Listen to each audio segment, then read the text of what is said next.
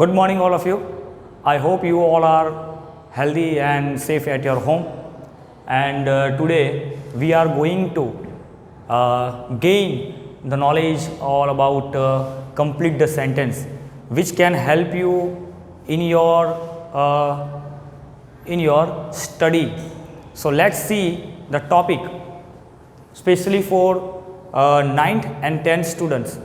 Complete the sentence. The first point is our specifying time or describing time.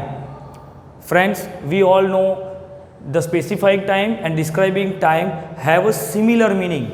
Both have a similar meaning. So first sentence which I have wrote here, આ પ્રકારના વાક્યોમાં સમય દર્શાવે છે. So this topic actually showing the time. Here I haven't written the specifying time and describing time, which shows the time, એટલે કે સમય દર્શાવે છે. Let's see the first sentence of it. First sentence, Kea will be in the office.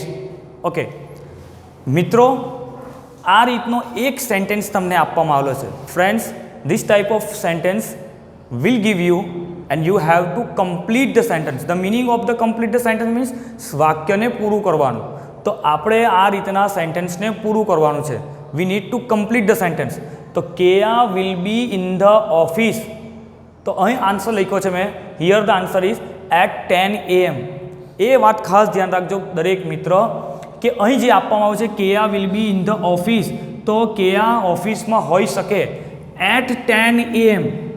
તો તમે જો અહીં એટના સ્થાને બીજા પ્રેપોઝિશન્સ યુઝ કરો, એટલે કે ઘણા બધા પ્રેપોઝિશન છે, ઇન, ઓન, બરાબર, પણ અહીં જ્યાં સમય દર્શાવવાની વાત આવે છે, એટલે કે જ્યારે whenever the requires of the timing you need to use at, તો અહીંયાથી આપણે સમય દર્શાવવા માટે એટનો ઉપયોગ કરીશું.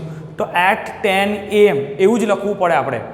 એટલે અહીં જો સમયની વાત કરીશ, શોવિંગ ટાઈમ, ડિસ્ક્રાઇબિંગ ટાઈમ, આ જે સમય લખ્યું છે એના અનુસંધાને આપણે અહીં સમય લખ્યો છે કે Kea will be in the office, કે ઓફિસમાં હોઈ શકે છે 10 વાગ્યાના સમય દરમિયાન. એટલે તમારે ત્યાં એટ લખવાનું છે અને પછી સમય દર્શાવો. સમય તમે કોઈ પણ દર્શાવી શકો, વોટ એવર યુ લાઇક. તમને કોઈ પણ સમય જે પસંદ હોય, 4, 5, 6 વોટ એવર. બીજું જુઓ, the manager will come, manager આવશે, તો આપણે એમાં પાછો સમય દર્શાવવાનો. તો અહીં લખ્યું છે at 8 AM.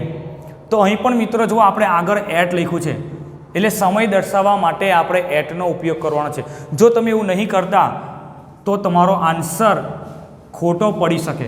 એટલે આપણે જે એટને સમયના અનુસંધાને ધ્યાનમાં રાખવાનું છે એ આપણે ભૂલીશું નહીં. નેક્સ્ટ ક્વેશ્ચન જુઓ, સ્પેસિફાઈંગ લોકેશન. આ જે નવો પોઈન્ટ છે, સ્પેસિફાઈંગ લોકેશન અથવા ડિસ્ક્રાઇબિંગ લોકેશન. લોકેશનનો મતલબ આપણે સમજવો પડે. લોકેશન એટલે કે સ્થળ. એટલે આ જે પોઈન્ટ છે એ સ્થળ દર્શાવે છે. ઘણીવાર પરીક્ષામાં પૂછાઈ ચૂકેલા છે આ પોઈન્ટ. આપણે જે અત્યારે ડિસ્કશન કરી રહ્યા છે એ પોઈન્ટ પૂછાઈ ચૂક્યા છે પરીક્ષામાં, એટલે ધ્યાન આપીશું આપણે. લોકેશન ડિસ્ક્રાઇબિંગ હોય કે સ્પેસિફાઈંગ હોય, આપણે માત્ર અને માત્ર સ્થળ દર્શાવવાનું છે. એ સિવાય આપણે બીજી કોઈ ડિટેલ અંદર એડ કરવાની નથી. જેમ કે જો, રાજ હેઝ બોટ અ હાઉસ, રાજે ઘર ખરીદ્યું. આપણે શું બતાવવાનું છે? સમય. ક્યારે ઘર ખરીદ્યું એ નથી બતાવવાનું. ઓકે, તો અહીં જે લોકેશન બતાવવામાં આવ્યું છે તો આપણે લખ્યું છે ઓન ભરૂચી નાકા રોડ. તો આ સ્થળ આવ્યું, ભરૂચી નાકા રોડ એ સ્થળ બતાવે છે. તો આપણે સ્થળનો ઉલ્લેખ કરવાનો છે. પરીક્ષામાં આપણે આપણી રીતે આન્સર લખી શકતા નથી. આપણે જોવો પડે છે પોઈન્ટ. જેવી રીતે આપણે ઉપર જોયો ડિસ્ક્રાઇબિંગ ટાઈમ ને સ્પેસિફાઈંગ ટાઈમ, એટલે સમયના અનુસંધાને આપણે સમય લખ્યો, એવી રીતે લોકેશનના અર્થ અનુસંધાને લોકેશન લખવું પડે. આ સૌથી ઇઝીએસ્ટ પોઈન્ટ છે ફ્રેન્ડ્સ. નેક્સ્ટ જોઈએ આપણે, રામજીભાઈ વર્ક્સ ઇન. તો રામજીભાઈ કઈ જગ્યાએ કામ કરે છે તે સ્થળ દર્શાવવાનું છે. તો આ છે મિત્રો સ્થળ. In a post office. In આગળ પ્રેપોઝિશન્સ આપી દીધું છે એટલે આપણે અહીં પ્રેપોઝિશન્સ લેવાનું નથી. In a post office. તો પોસ્ટ ઓફિસ એ શું છે? તે કે સ્થળ છે. એટલે જેવો ક્વેશ્ચન આપણને પૂછ્યો હોય તે રીતે જ આપણે પ્રેઝન્ટ કરવાનું છે. નાવ થર્ડ પોઈન્ટ, ડિસ્ક્રાઇબિંગ કન્ડિશન આ બી બહુ અગત્યનો પોઈન્ટ છે. જેમ તમે આગળના ધોરણમાં જશો તેમ તમને આ યુઝફુલ થશે. કન્ડિશન એટલે કે આ પ્રકારના વાક્યમાં ઇફ અને અનલેસનો ઉપયોગ થાય છે. તમારે ધ્યાન રાખવાનું છે કે કન્ડિશન આવે એટલે ત્યાં ઇફ અથવા અનલેસનો જ ઉપયોગ થાય. આ તમારે આઈડેન્ટિફાઈ ફંક્શનમાં પણ પૂછાશે આ જ પ્રશ્ન. તમને કહું છું કે આ કમ્પ્લીટ ધ સેન્ટેન્સમાં જેટલા યુઝફુલ છે એટલા જે આઈડેન્ટિફાઈ ફંક્શનમાં પણ ઉપયોગી થશે.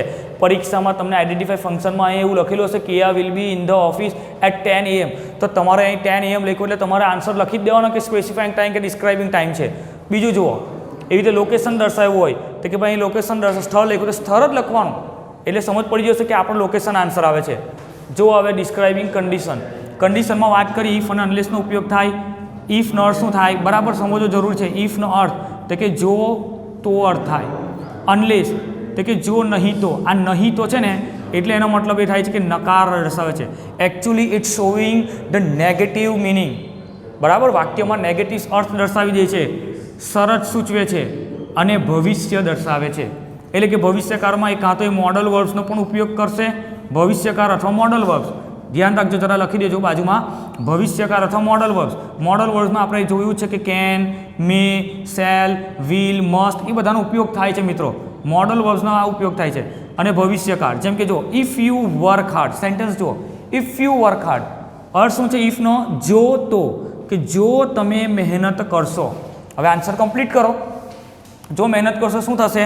તો આપણે લખ્યું you will pass the exam. એટલે તમારે ભવિષ્યકાળ બતાવવું પડશે કે જો મહેનત કરશો તો એનું પરિણામ શું આવશે? પાસ થશો.